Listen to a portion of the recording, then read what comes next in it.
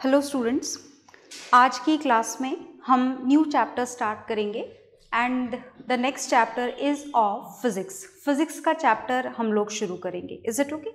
Physics का एक chapter हम लोग पढ़ चुके हैं, मोशन।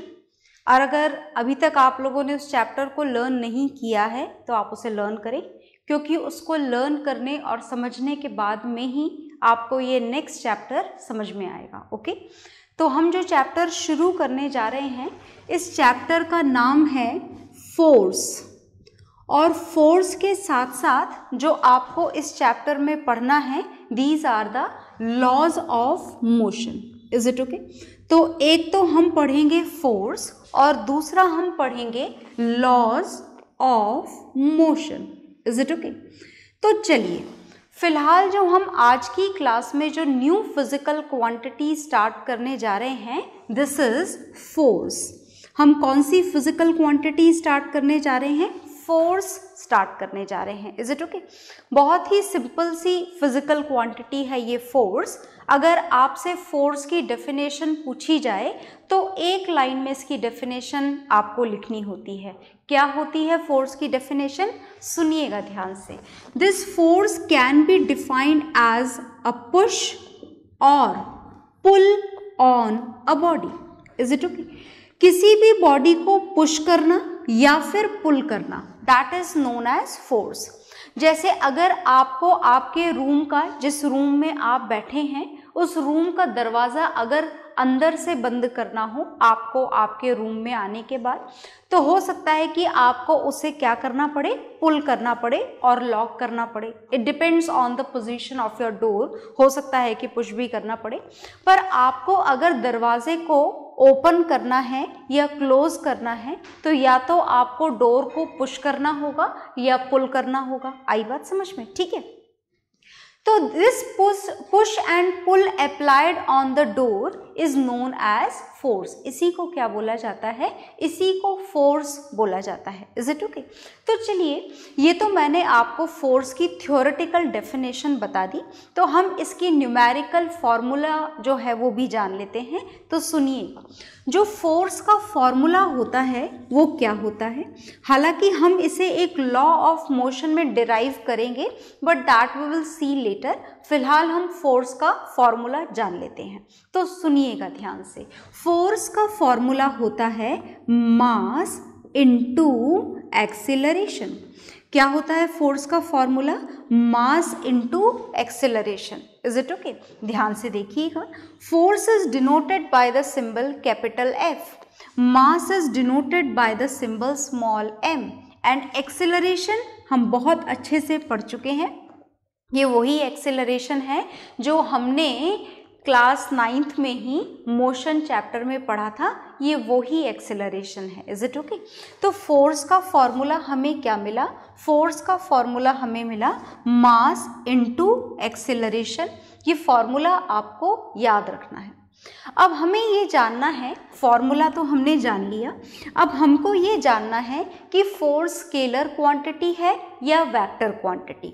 तो आप खुद सोच के बताएं कि अगर आपको आपके दरवाजे को क्लोज करना है तो जो फोर्स आपको लगाना है वो किसी भी डायरेक्शन में लगा दो तो बंद हो जाएगा, या फिर किसी एक पर्टिकुलर डायरेक्शन में लगाने से ही बंद होगा? डेफिनेटली हमको अगर उस दरवाजे को बंद करना है तो फोर्स किसी एक डायरेक्शन में ही लगाना पड़ेगा। Is it okay? मतलब whenever we are talking about this physical quantity which is force, is it okay, we have to need the direction for its measurement। हमें यहाँ पर मेजरमेंट के लिए डायरेक्शन की ज़रूरत पड़ेगी।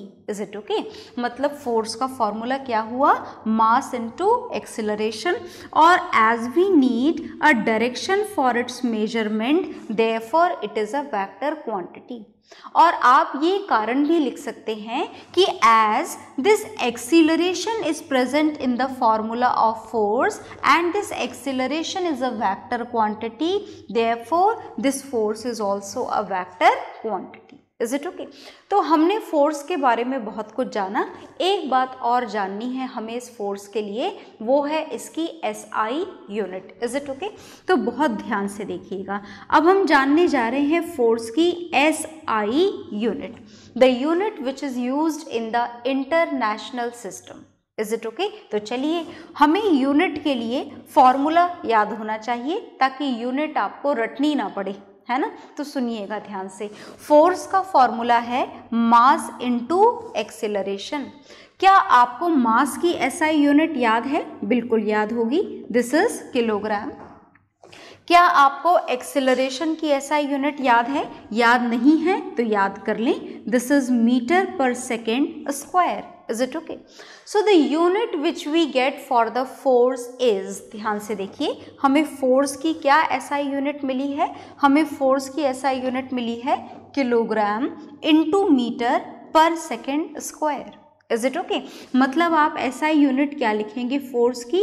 ये देखिए मैंने स्लैश लगाया just to separate this kilogram and metre, this is not a sign of minus. Is it okay? तो हमें फोर्स की SI यूनिट क्या मिली है? हमें फोर्स की SI यूनिट मिली है kilogram into metre per second square. और ये जो kilogram into metre per second square है, इतनी बड़ी यूनिट ना लिखनी पड़े, इसके लिए भी हमारे पास में एक तरीका है, a symbolic short form is given there for this kilogram into metre per second square. This can also be written as Newton. आप इसे क्या बोलते हैं? न्यूटन भी बोलते हैं। And Newton is also denoted by the symbol capital N. तो हमें किसी भी फिजिकल क्वांटिटी के बारे में जब आपको उसका इंट्रोडक्शन गेन करना हो तो चार चीज़ें जाननी होती हैं, और वो चारों हमने जान ली हैं यहाँ पर। दोबारा से देखिएगा, हमने फोर्स की डेफिनेशन जानते वक्त जाना सबसे पहले इसकी definition, according to which this force can be defined as a push or pull applied on a body, that is known as force. Second, हमने जाना फोर्स का formula, this force can be described as the product of mass and acceleration. Is it okay? So look here again, in the symbolic way we have written it, F is equal to m into a. Is it okay? And now we have to know with that which type of quantity this is. Is it a scalar quantity or a vector quantity? So as we can see, this vector quantity is present in its formula, or we can see in our daily life also that to do any work we need to apply the force in a particular direction. Direction is needed for the measurement of force, and as direction is required, therefore this force is a vector quantity. Is it okay? And here we have written its SI unit also, which is derived according to its formula, which is here in front of you, m into a kilogram into meter per second square, right? So look here, SI unit of force is kilogram into meter per second square, and this can also be written as Newton. तो आपकी जो मर्जी आए वो लिखें, आप चाहें तो लिखें SI unit of force is kilogram into metre per second square, आप चाहें तो लिखें SI unit of force is newton. Is it okay? In short numerical करते वक्त आप सिर्फ एन भी लिखेंगे, then also it's fine. Is it okay?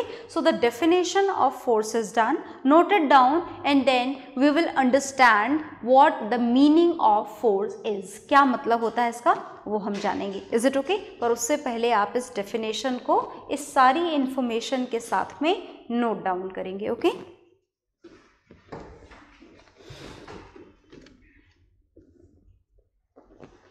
तो आपने नोट डाउन कर लिया होगा, नहीं किया है तो पॉज करके नोट डाउन करेंगे। और अब हम जो पढ़ेंगे इसी फोर्स के बारे में ही पढ़ते जाना है आपको पूरे चैप्टर में, बार बार। नाम ही चैप्टर का force and laws of motion है, तो अब मैं चैप्टर का नाम यहाँ से हटा रही हूँ, तो याद रखिएगा आप चैप्टर का नाम अपने मन में। अब हमको जो पढ़ना है, नेक्स्ट जो टॉपिक है वो है इफेक्ट्स ऑफ फोर्स। बहुत ध्यान से सुनना, बहुत ही सिंपल सा दिख रहा है आपको chapter, but this is very conceptual. बहुत सारे कॉन्सेप्ट हैं फिजिक्स के इसमें जो आपको अच्छी तरीके से समझने पड़ेंगे। ठीक है, तो अब हम क्या पढ़ने जा रहे हैं? अब हम पढ़ने जा रहे हैं इफेक्ट्स ऑफ फोर्स। इफेक्ट्स का क्या मतलब है ना? पहले तो मतलब समझे कि हम पढ़ने क्या जा रहे हैं, है ना? तो इफेक्ट्स का मतलब क्या है? इफेक्ट्स का मतलब ये है कि आपके पास में जो भी चीज़ है, जैसे फिलहाल देखो मेरे हाथ में तो एक ही चीज़ है, वो है ये मार्कर, है ना? तो आपके पास में तो बहुत सारे सामान होंगे आपके आसपास, है ना? हो सकता है कि कोई बॉल भी हो, आपका दरवाज़ा भी होगा, आपकी बुक्स भी होंगी, आसपास और भी सामान रखे होंगे। तो कोई भी ऑब्जेक्ट जो भी आपके आसपास है, अगर आप अपने आसपास के ऑब्जेक्ट के ऊपर फोर्स अप्लाई करो, फोर्स का मतलब वही पुश और पुल ऑन अ बॉडी, है ना?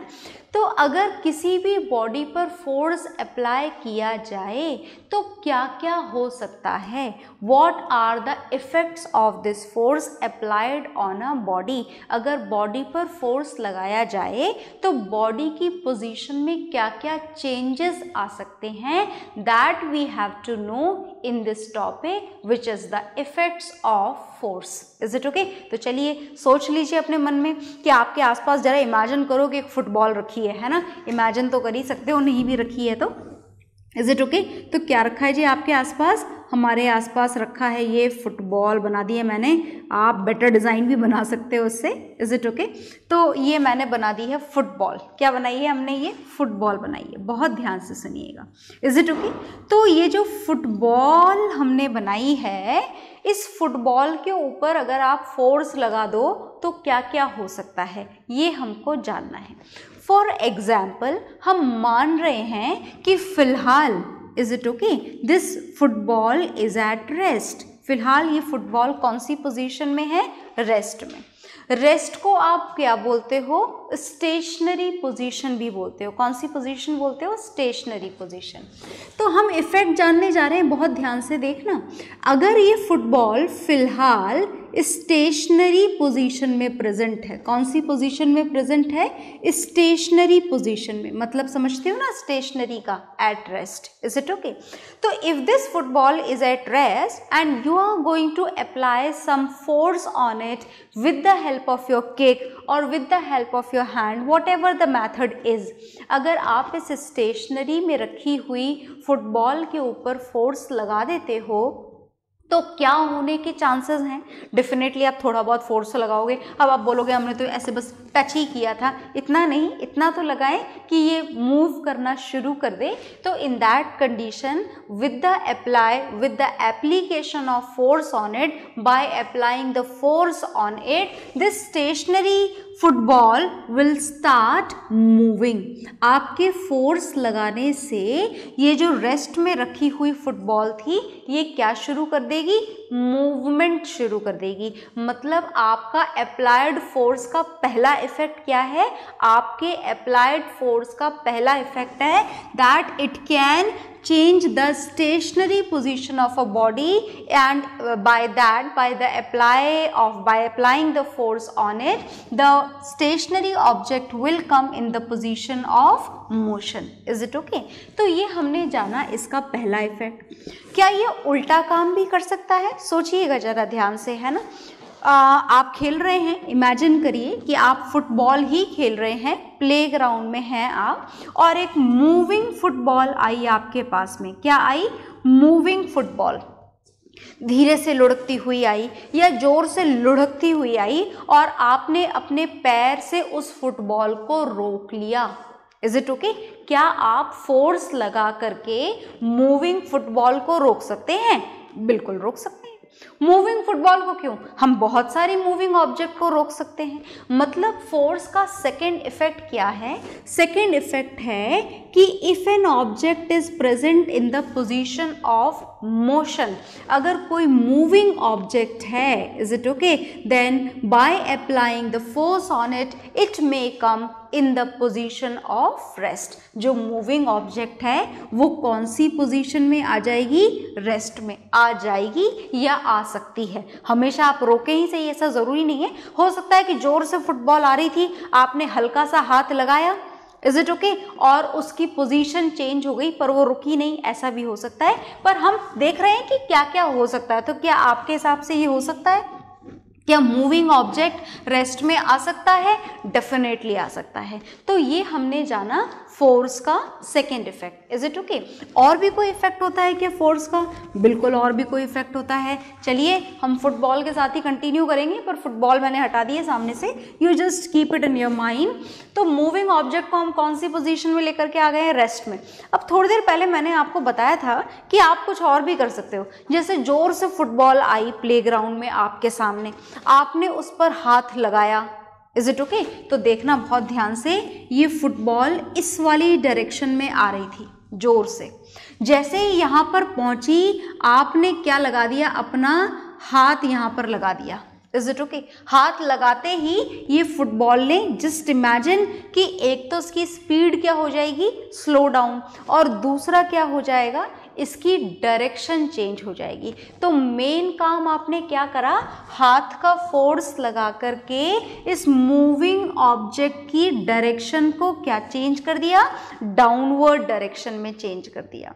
तो क्या आप फोर्स के थ्रू किसी मूविंग ऑब्जेक्ट की डायरेक्शन को चेंज कर सकते हो? बिल्कुल चेंज कर सकते हो। तो चलिए हम लिख देते हैं कि if a moving object is there which is moving in a particular direction, its direction can be change. क्या चेंज कर सकते हो आप? डायरेक्शन। क्या कर सकते हो? डायरेक्शन को चेंज कर सकते हो। कैसे डायरेक्शन चेंज होगी? By applying a particular amount of force on it. क्या अप्लाई किया है आपने उस ऑब्जेक्ट के ऊपर? फोर्स अप्लाई किया है। आ गई बात समझ में? अच्छा, तो जैसा कि मैंने आपको बताया कि आपने मूविंग ऑब्जेक्ट की क्या चेंज कर दी? डायरेक्शन चेंज कर दी। क्या आप मूविंग ऑब्जेक्ट की डायरेक्शन के साथ साथ स्पीड भी चेंज कर सकते हो? बिल्कुल, हम स्पीड चेंज कर सकते हैं। स्पीड चेंज की जा सकती है? बिल्कुल चेंज की जा सकती है। जैसे मानो कि आप साइकिलिंग कर रहे हो, है ना, धीमे धीमे, आप नहीं, कोई छोटा बेबी साइकिलिंग कर रहा है। Is it okay? वो याद है ट्राई साइकिल जो आती है 3 पहियों वाली, है ना? तो कोई छोटा बेबी साइकिल चला रहा है धीरे धीरे, जैसे तैसे, पूरी मेहनत के साथ में साइकिलिंग हो रही है। Is it okay?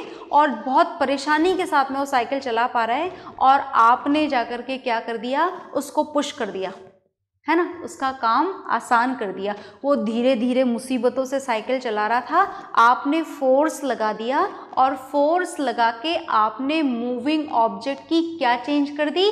Speed change कर दी। क्या चेंज कर दी हमने? स्पीड को क्या कर दिया हमने? चेंज कर दिया। Is it okay? अच्छा चलिए सुनिए ध्यान से। तो हमने देखा कि ये हैं इफेक्ट्स ऑफ फोर्स। क्या क्या कर सकते हो आप इफेक्ट्स ऑफ फोर्स में? आप स्टेशनरी पोजीशन को कौन सी पोजीशन में लेकर के आ सकते हो? मूविंग पोजीशन में। आप मूविंग ऑब्जेक्ट को कौन सी पोजीशन में लेके आ सकते हो? रेस्ट की पोजीशन में। आप मूविंग ऑब्जेक्ट की क्या चेंज कर सकते हो? डायरेक्शन। आप स्पीड को भी क्या कर सकते हो? चेंज। स्पीड चेंज करने का मतलब है आप स्लो मूविंग को फास्ट मूविंग बना सकते हो, और फास्ट मूविंग को स्लो मूविंग बना सकते हो। क्या इन चारों के अलावा भी कोई काम है जो आप फोर्स के थ्रू कर सकते हो? यस, एक काम और कर सकते हो, सुनिएगा ध्यान से। You can change the shape of the object. क्या आप किसी ऑब्जेक्ट का शेप चेंज कर सकते हो? बिल्कुल, और बहुत ही आसान सा जो ऑब्जेक्ट है जहाँ पर ये शेप चेंज किया जा सकता है। एग्जाम्पल समझ गए ना आप? This is balloon. Is it okay? ये बलून है और हम इसका शेप चेंज करना चाहते हैं। अगर इस बलून को ऐसे पकड़ के आप यूँ प्रेस करते जाओगे तो शेप चेंज होगा? बिल्कुल होगा। Is it okay? और ज़्यादा ही आपने प्रेस कर दिया तो शेप में बदलाव थोड़ा ज़्यादा ही आ जाएगा, आपका बलून फूट जाएगा। Is it okay? तो मतलब can you change the shape of the object? Yes, by applying the force on any object even we are able to change its shape. तो ये 5 इफेक्ट्स हैं फोर्स के which can produce on a body by applying a particular amount of force in it. So these are the effects. You note it down in your science registers, then you will learn more about the force. Okay?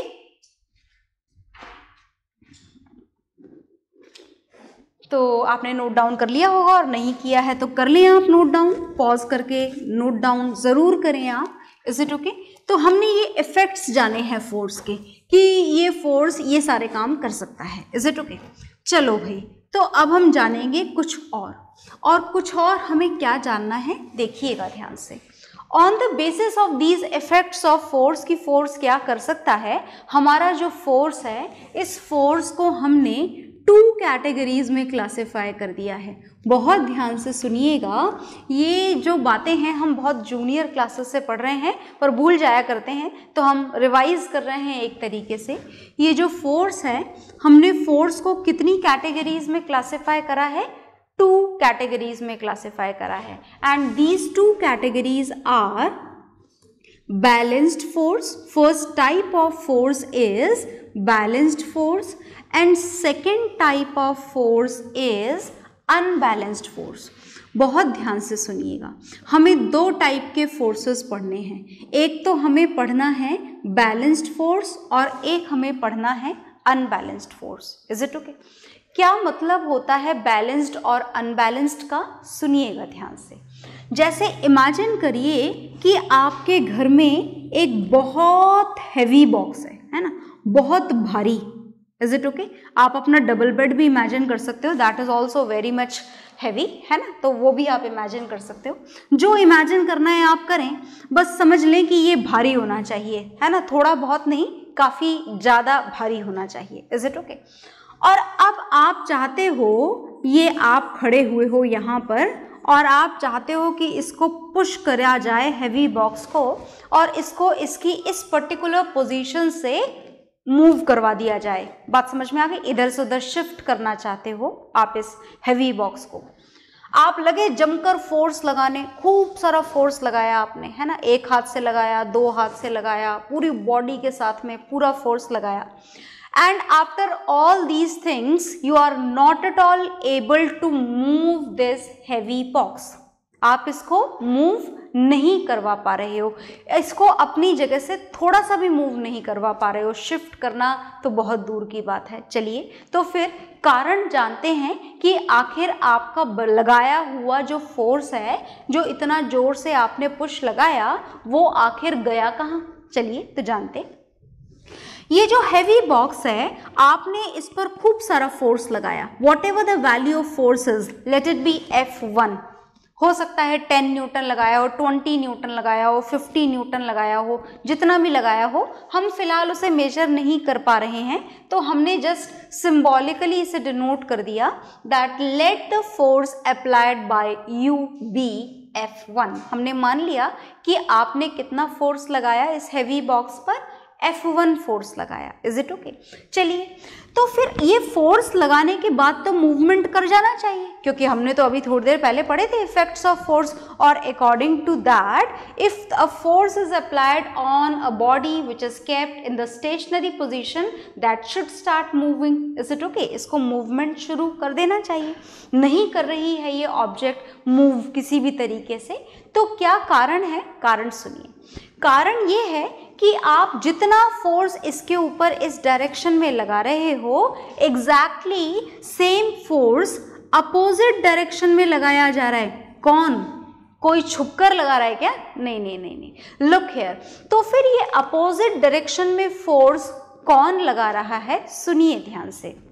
ये force जो opposite direction में लगता है, which always opposes the motion of a body, this force is known as force of friction।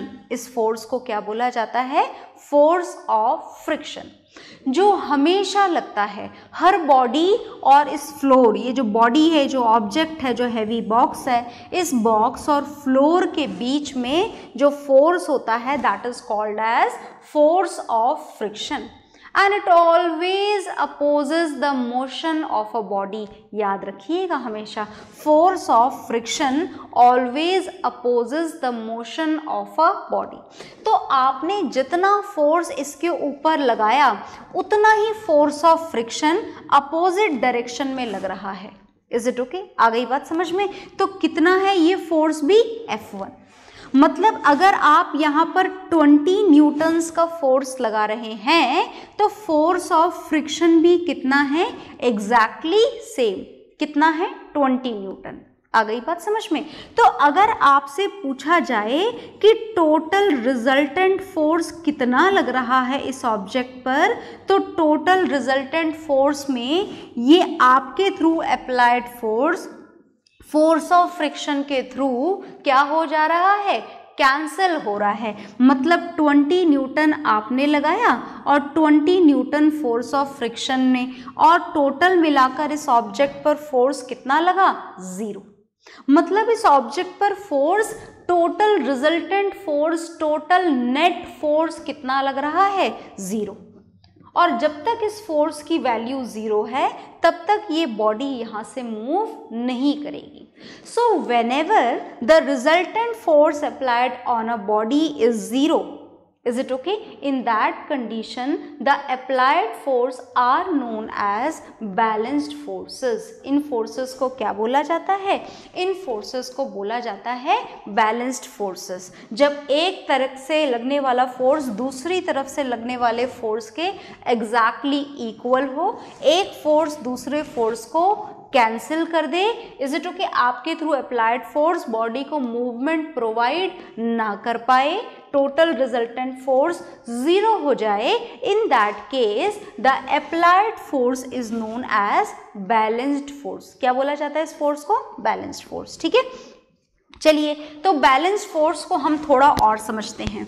तो balanced force वो effect produce नहीं करता क्या, फोर्स वाले जो अपन ने पढ़े थे अभी इतने सारे, कि it can change the motion of a body, it can change the speed of a body, it can change the rest position of a body. क्या वो सारे इफेक्ट जो हमने अभी थोड़ी देर पहले जाने थे, क्या वो बैलेंस्ड फोर्स के लिए एप्लीकेबल नहीं है? सोचिए जरा। तो चलिए थोड़ा सा और एग्जाम्पल लेते हैं। जैसे मानिए कि आपके पास में एक बिल्कुल हल्की फुल्की सी प्लास्टिक बॉल है ना, बिल्कुल हल्की फुल्की सी बॉल है, ये फुटबॉल बास्केटबॉल जैसी बॉल नहीं है, बिल्कुल हल्की फुल्की सी बॉल है। Is it okay? आपने अपने दोनों हाथों से इसके ऊपर फोर्स लगाया, ये एक तरफ इधर से लगाया और एक तरफ इधर से लगाया। Is it okay? बात समझ में आई? तो जब आप फोर्स इधर से भी लगा रहे हो और इधर से भी, चलिए मान लेते हैं कि आपने इस वाली डायरेक्शन से जो फोर्स लगाया, लेट इट बी 2 न्यूटन्स, ये सिर्फ हमने माना है। Is it okay? अज्यूम करी है ये वैल्यू। आप ऐसा मत सोचिएगा कि आप जब भी हाथ से बॉल को प्रेस करेंगे तो 2 न्यूटन्स का फोर्स लगाएंगे, ऐसा कुछ नहीं है। It depends on a lot of conditions. So look here, आपने इस वाले हाथ से हमने मान लिया कि कितना फोर्स लगाया, 2 न्यूटन। इस दूसरे हाथ से भी कितना फोर्स लगाया, 2 न्यूटन। तो क्या होगा, वही क्या होगा, रिजल्टेंट फोर्स कितना हो जाएगा, 0। ये वाला 2 न्यूटन उस वाले 2 न्यूटन को क्या कर देगा, कैंसिल। तो अगर आपसे पूछा जाए कि what is the total force applied on this ball, then your answer is 0। Okay, क्यों हुआ ये 0? Because 2 newton will be cancelled by 2 newton and the final resultant force on this object will be 0। तो भाई ये तो अच्छी बात है कि रिजल्टेंट फोर्स इस वाले केस में भी 0 है। ओके, पर फिर इफेक्ट क्या हुआ फोर्स का? फोर्स का इफेक्ट इस बैलेंस्ड फोर्स में हमेशा हो ऐसा ज़रूरी नहीं है, कभी हो भी सकता है और कभी नहीं भी हो सकता। अगर हो सकता है तो क्या होगा, balanced force can produce only 1 type of effect on a body. ये सिर्फ एक ही टाइप का इफेक्ट प्रोड्यूस कर सकते हैं और वो ये है that it may change the shape of the body. बाकी जो इफेक्ट आपने पढ़े थे, they can not be produced by applying the balanced force on any body. Okay, तो ये कर सकता है तो सिर्फ क्या कर सकता है, it may change the shape of the body. जैसे बॉल मैंने बताया था कि हल्की फुल्की सी बॉल है, so if you are going to press it from both the sides, तो हो सकता है कि वो थोड़ी पिचक जाए। Is it okay? शेप उसका स्फेरिकल से कुछ और ही हो जाए, इलिप्टिकल हो जाए, ऐसा पॉसिबल है। पर वही बैलेंस्ड फोर्स जब आपने हैवी बॉक्स पर लगाया था तो उस हैवी बॉक्स का शेप चेंज नहीं होगा। इसीलिए हमने यहाँ पर ये वर्ड यूज करा है that it may change the shape of the body. या तो ये बॉडी का शेप चेंज करेगा या फिर ये कुछ भी नहीं करेगा। आ गई बात समझ में? तो बैलेंस्ड फोर्स का इफेक्ट आपको समझ में आ गया. If the resultant force applied on a body is zero then it may and may not change the shape of the body. May क्या लिखेंगे हम? It may and may not. मैं पूरा लिख देती हूँ. May and may not change the shape of the body. Is it okay? तो आप ये बैलेंस्ड फोर्स की डेफिनेशन को नोट डाउन करेंगे. This is the effect of balanced force. और इसके बाद में बैलेंस्ड फोर्स के बाद में हमें जानना है कि अनबैलेंस्ड फोर्स क्या होता है, but that will see in the next class. Okay, so bye everyone.